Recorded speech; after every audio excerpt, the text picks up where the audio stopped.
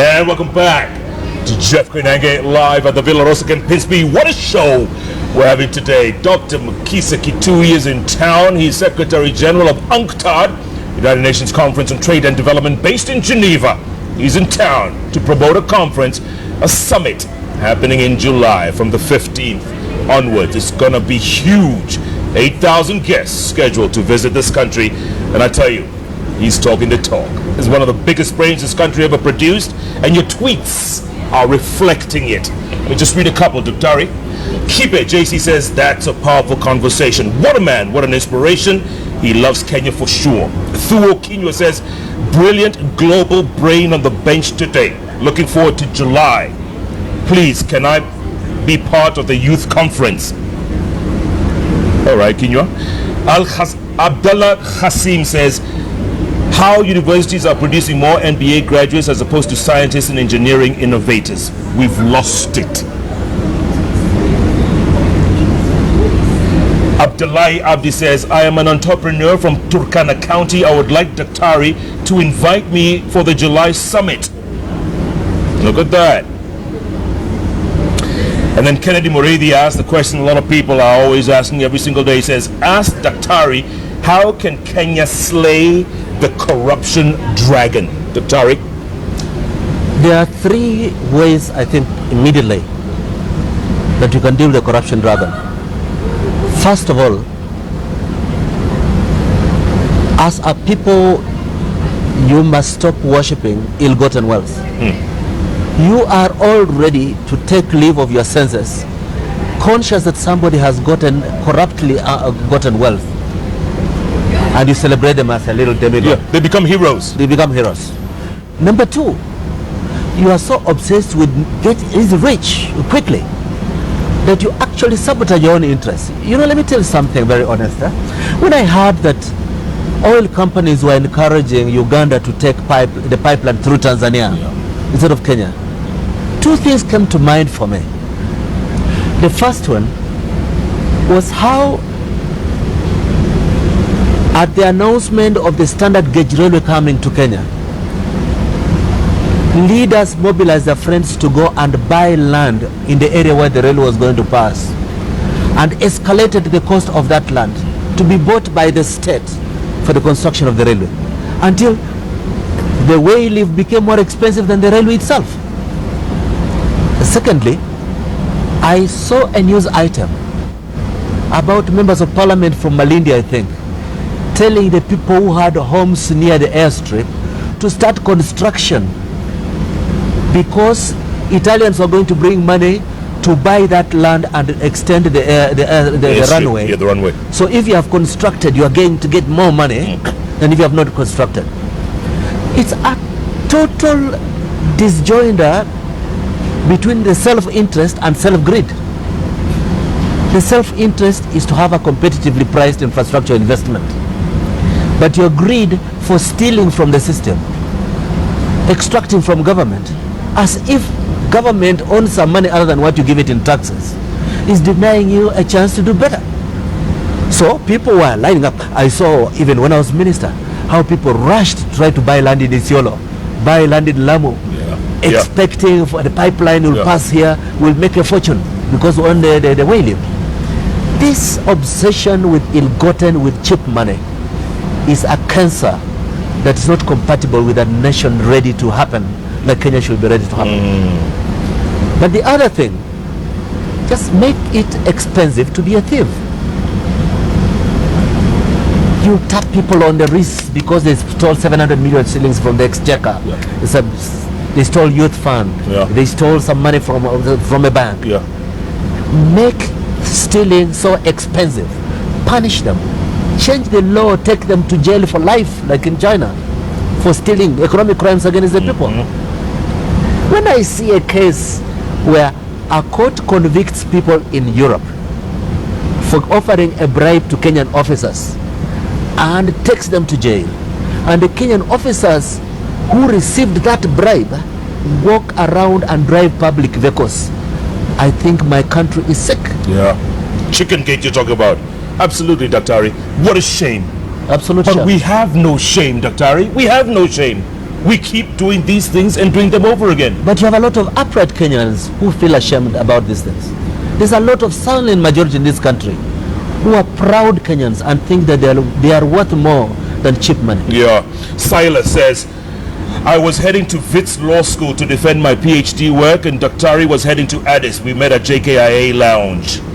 My brother Jeff, tell Doc that we are proud of him. He has crossed beyond academics and scholarship to service of humanity through a rarest kind of intellectual prowess. Hey, but you don't say. He is one of Kenya's most revered exports. This is Silas. Well, thank you very much. I actually remember very well I met him at the Simba launch at Jomo Kenyatta Airport. But I'm not alone.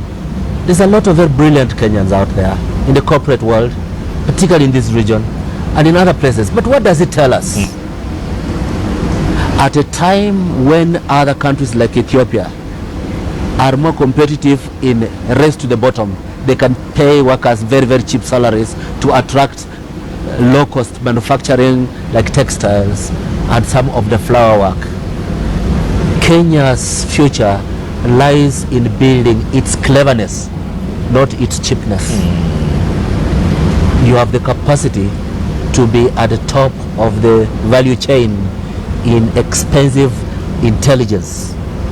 This is the point at which you say Kenya invests in quality education.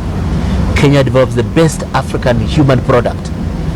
Kenya reverses the image of Africans going to Europe as corpses drifting to Lampedusa off the coast of Italy by going in the Dreamliner as experts who know what they're going to do to drive us. Yeah.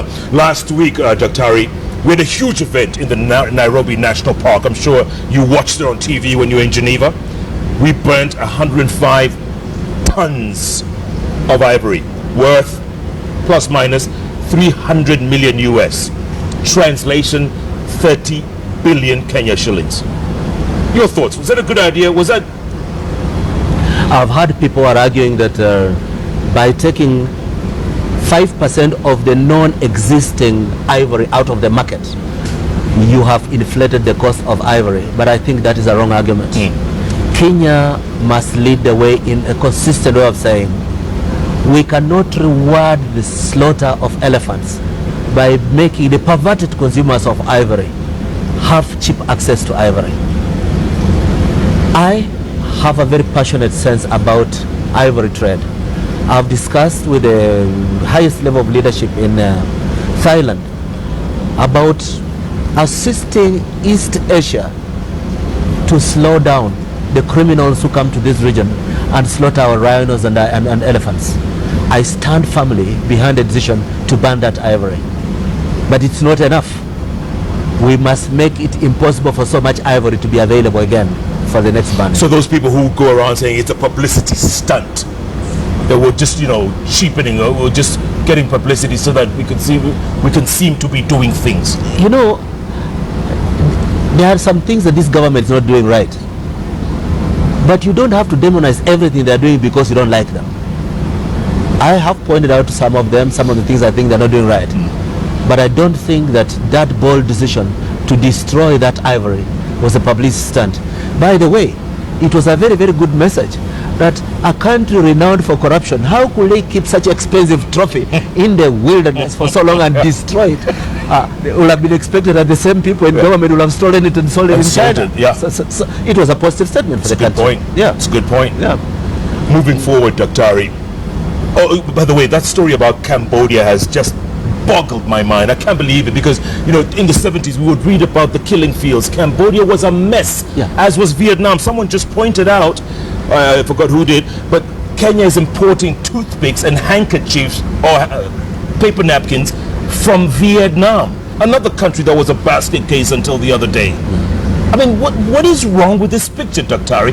When you look at Kenya and South Korea, they say it's 66. We both gained independence around the same time. We're on par. GDP, everything on par. South Korea today is like 400 or 4,000 times Kenya. What went wrong? They climbed the value chain. You invest in productive capacity, productivity of labor, sophistication of production processes, and bold innovativeness. bring innovations that are done whether by you, your researchers or others into your production process. Kenya is stagnating, repetitive. I mean, when you import ox plows and bicycles, those rail bicycles of 1960, yes, I mean, there's something the matter with you, because this country has the capacity to do better, and we just need to go to the areas in Eastlands where you find innovators who are inhibited by the absence of backup support with technology, infrastructure and marketing. But this country can do it. This country has the capacity. You are going to do it or you perish. Yeah, absolutely. But we also have this unfortunate situation, Dr. Ari, where we have what we call the PhD syndrome. Pull him or her down. Nobody wants to see that neighbor be better themselves or come up or stand up on their own 2 feet. We don't want that. In fact, we manufacture jeans at the EPZ, export them, and then import mitumbas. Yes, I know about that, and by the way, I support the bold steps being taken about banning the importation of mitumba. This region, one, should not import second-hand clothes. Two, should set deadlines to when they stop importing processed canvas for making textiles. There's no reason why 15 years after the export processing zone started, we still import jean material from East Asia and stitch it for jeans for America. Yeah. We can do jeans in Nakuru, we can do jeans in Eldoret, we can do jeans in Nanyuki and in Mombasa. Kenya should not continue importing semi-finished clothing materials for processing underground. Remember, we used to have the factories, Kikomi, Kisumu cotton mills. Yes. Others, all up. Rivertex. Rift Valley Textiles. Yeah. We had all those, Dr. Ari. Now, they Marehemu George. kabisa. What a shame, Dr. Ari. No, but you see, experience of doing things the wrong way can be very useful if you learn your lessons and move on. It's not too late. You cannot afford to be looking backwards with nostalgia and just get into the blame game. There is an emerging generation of Kenyans who are ready to learn from the mistakes of my generation and do better. They should be given an opportunity to do better. They should be given the resources, the infrastructure, the education, the market intelligence, and the trade facilitation to do better. And that's part of my message for UNCTAD 14, coming to Nairobi, not just for Kenya, for the region, for Africa. But there are others who have been in similar or even worse situations. They have done some things that have mattered. Maybe you can learn something from them and also do better. Yeah. Coming back to commodities, you spoke about a moment ago, and Ethiopia, which you mentioned. Ethiopia controls their coffee. They control where it goes. They control what it's called once it reaches the other side. I mean, you walk into a Starbucks and you're buying Ethiopian coffee. By the way, you can also, if you go to Starbucks, you also get Kenya coffee. Is it there now? It's a premium coffee also. Yeah, Kenya coffee is a premium coffee in Starbucks. Are we dictating? Are we in control now? No, you're not in control. But your product is marketed as a valued product. Certainly, Kenyan beans in Germany, in Europe, in France, are valued above other similar beans. What you call French beans in Germany are called Kenyan beans. You ask yourself why you call Kenyan beans French. No, but the thing is that don't be stuck in the past. Look at today. Can we create the technology hubs that help the people in the informal sector, which is the landing ground of Kenyans coming from rural areas into Nairobi and other cities, to actually use their potential to improve the product they make and to have access to the regional market for that product? Can we find a way of rationalizing education in a way that it feeds into the production of quality products of world standard? Can we find the problem of connecting that we have a surplus of good products, we want assistance to sell them? Today you are joining others and say we want market access. But market access for what? Yeah. What are you marketing? You see our roads where we help trade facilitation, but it facilitates import trade from East Asia and very little export trade from East Africa. Yeah. We don't want to build all the good railways for setting more imports from East Asia to Africa. We want to build productive capacity in the counties Let our railway be taking our products to the world. Yeah, because right now it's one-way traffic. Ahmed Abdi says the average age of a Kenyan today is 19 years old with a lot of talent and great minds. The question is, who's going to tap them? They have a lot of potential. They are not yet the finished product. We have to help them be the right product for the market, which means flexible to changing labor demands. Today, the global labor market is moving because of the revolution of robotics. That your skill today may not be relevant for the market tomorrow. How can we build a Kenyan who is adaptable? Today you are in the manufacture of ox plows. Tomorrow you'll be available to move into repairing robots that are involved in high temperature production in gold mines. That adaptability is a collective responsibility. You don't get it by massive expansion of cheap education just because of commercializing university education. Every Harandik hires a university professor to write a proposal for him, opens a backstreet college, calls it a university. That is not the way to go. Absolutely. Good point, Dr. Brian Waruhio, he says, I'm very proud of you, Dr. And he says, with agriculture being one of Kenya's major industries, how would you suggest we go about scaling up our agricultural activity so that we can enhance the value of the produce we export to the world? 3-4 things. One, move from promise to implementation of the construction of a competitively priced fertilizer factory. 2, abandon the colonial obsession that agriculture means keeping large-scale farmers in Rift Valley happy. Since the colonial period, Kenya has assumed that the means of agriculture is to service large-scale agricultural farmers in Rift Valley. They don't represent Kenyan agriculture. Even in Rift Valley, the real agricultural community are not the people you're addressing by your policy of looking at big-scale farmers. You're just following the mentality of the British subsidy to the colonial settler. So start looking at what are the felt needs of the small-scale farmer. What is the challenge of improving on-farm storage? What's the challenge of market intelligence? What's the challenge of connecting produce to effective market? How do we create a predictability in the cost of factors of production and the cost of farm produce? How do we make predictable counting on produce from Uganda and Tanzania in a more rational way as a basis of planning what you're going to do? Today, it's the whims of the leaders. Museveni gets up and he says, I don't want milk from Kenya. Or Magufuli gets up and says, I cannot have Tanzanians exporting our maize to Kenya. If you are a common market, there's no such a thing as export. Goods moving between Tanzania and Kenya are internal movement. Correct. And once you establish that clearly, then people can make rational decisions about investment, about access to market, about market intelligence.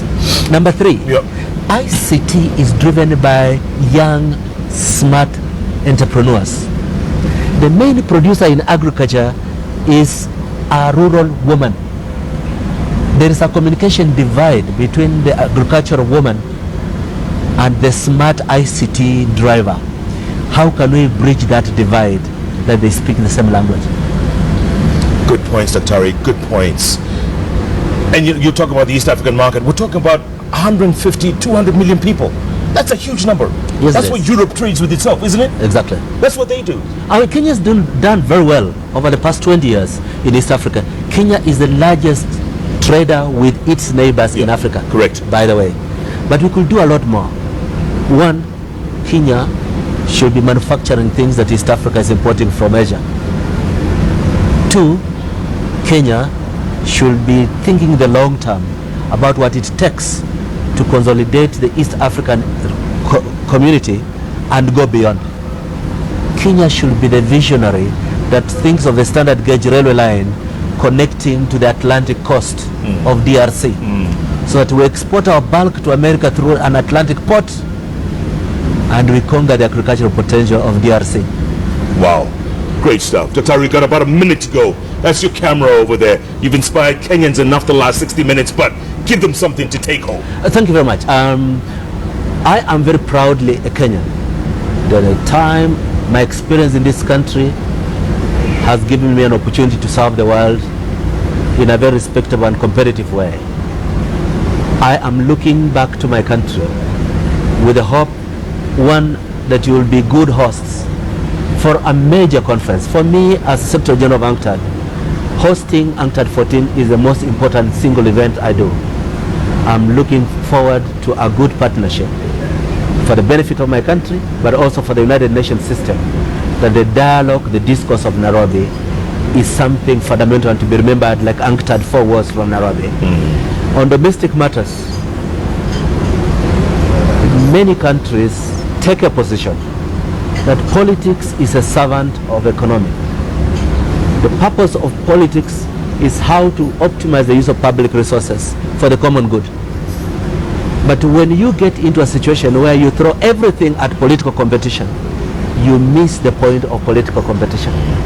Politics has to re-engineer its relevance, not to lead to every predictable decline in GDP per capita in an election year and in the aftermath, but to heal the wounds of the last competition, to build on the momentum of a recovering tourist industry, to tone down the language and the rhetoric of hate, to reduce the social media insults and vitriol that we are seeing, and reclaim the high position that this country deserves in the community of nations. Terry, I couldn't have put it better myself. If someone came up to you and said, would you be president? Would you run? When you come back, when you finish your term as SG, would you run for president? It depends on the consumer market. If the market is looking for Sonko, Kituyi can never be a candidate. And if the market is looking for Sonko, they'll get Sonko. They'll get Sonko. That's the bottom line. That's part of the challenge. That's part of the challenge. Dr. Njoki, a psychiatrist, sums it up well, sums up the feelings of many of our viewers. She says, Dr. Kituyi is a man in touch with the happenings of the 21st century, including globalization. It gives us Kenyans a sense of pride. Keep it up, Dr. Thank you very much. Great to see you. My pleasure. Good luck in July. All the very best. And thanks for your wise words. We'll be seeing you around. Absolutely. Thank you. Well done. Dr. Mukhisa Kituyi, folks, if that's not inspiration, I don't know what is. Calling it like he sees it, without fear or favor. Keep tweeting at UNCTAD Kituyi, at Koinange Jeff, the hashtag July Summit. What a man, what a show, what a week it's been on the bench. Next week, it's a whole new week, new show, new topic, new guests.